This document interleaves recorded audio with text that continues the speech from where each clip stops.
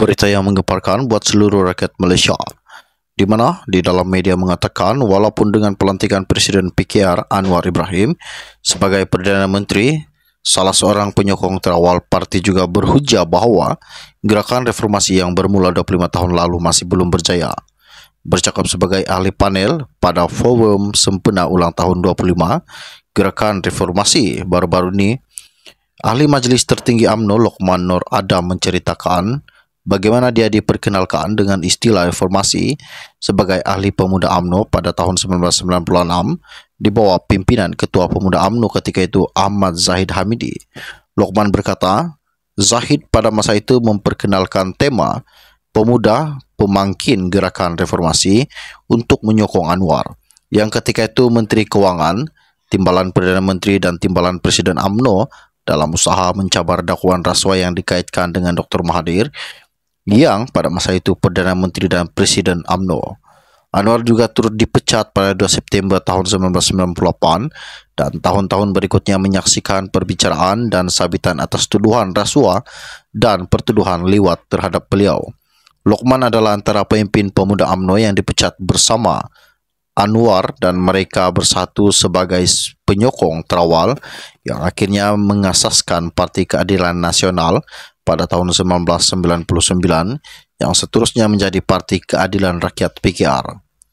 Lokman juga berkata tidak seperti Anwar, dia tidak pernah mempercayai Mahathir dengan 2 kali penahanan tanpa perbicaraan di bawah Akta Keselamatan Dalam Negeri yang kini dimansuhkan semasa dia keluar daripada UMNO.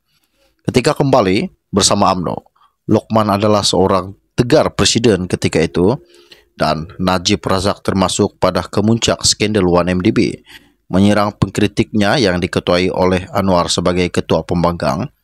Dia dipecat daripada UMNO buat kali kedua pada 2020 dan Lokman malam tadi menegaskan ia disebabkan pendiriannya sebelum ini menentang rancangan Zahid sebagai presiden UMNO untuk parti tersebut dan bekerjasama dengan Mahathir yang ketika itu Presiden Bersatu dan Perdana Menteri yang menerajui Pakatan Harapan.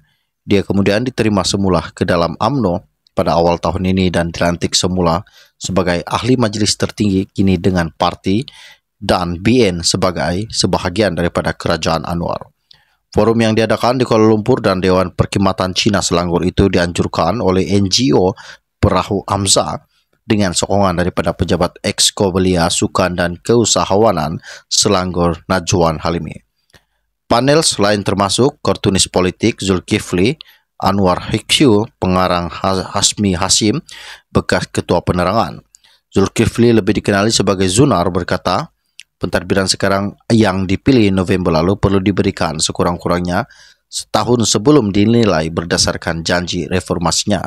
Dalam pada itu juga, Zunar yang merekam gerakan reformasi awal sebagai penerbit eksekutif Anwar berkata Perdana Menteri harus disokong dalam usaha pembaharuannya yang berterusan. Zunar juga berkata tumpuannya sekarang kekal pada penghasilan kartun untuk membantu mendidik generasi muda mengenai dasar kerajaan, menegaskan ia adalah caranya membantu menjongkong pentadbiran sambil kekal kritikal. Pakatan baru yang terjalin untuk membentuk pentadbiran persekutuan sekarang selepas pilihan raya umum ke-15 telah menyaksikan pengkritik Anwar yang diketuai oleh Perikatan Nasional mendakwa reformasi sudah mati yang membawa kepada dakwaan terbaru campur tangan kehakiman untuk membebaskan pemimpin BN daripada tuduhan rasuah. Sekian info ringkas dari saya untuk Anda, kita akan berjumpa lagi. Salam jumpa dan salam kenal. Bye-bye.